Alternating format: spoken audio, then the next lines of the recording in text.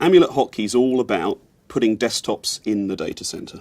And what we mean by that is that we take the user to the data rather than taking the data to the user.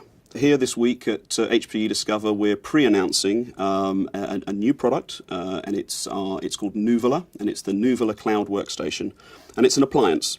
So Nuvola, meaning cloud in Italian, it will be a range of cloud-based workstation appliances. So let's take, for example, you're a manufacturer, okay, and you've got a design teams distributed around the globe, okay, and you've got a design team that's currently designing part of your engine, and you've got a design team that's currently designing part of your gearbox, and those are in separate locations.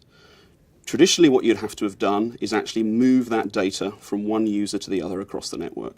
With our appliance, the data never actually leaves the data center. What we're doing, as I said before, we're taking the user to the data, not taking the data to the user. It allows them to collaborate very easily on the same applications, on the same data sets. The reason we chose OCSL is to get this thing to market. We needed a partner that had the reach and the understanding, and they're able to augment our technology services with a whole range of value-added services to deploy and scale and manage the environment. We chose to work with Hewlett Packard Enterprise because the technology is second to none. So we were looking for, because we're launching this as an appliance, we were looking for to standardize on a piece of hardware within the data center, and the DL380 was the obvious choice. It has the expansion capability that allows us to put an awful lot of our technology inside the rack itself.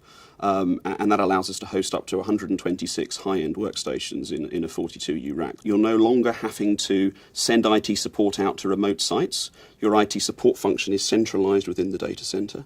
High availability, reduced cost of ownership over a period of time, and also security of not only your data, but also your intellectual property. Again, if you can imagine going back to the example of the car manufacturer who's moving those data sets, imagine for a moment that you're collaborating with an organization outside of your own. So imagine you're subcontracting your gearbox design to a foreign manufacturer. You're no longer actually sending those data files to them, where of course your IPR can be compromised. You're just giving them access to pixels over the network that allow them to work on those designs. So for us, it's security of information without compromising performance.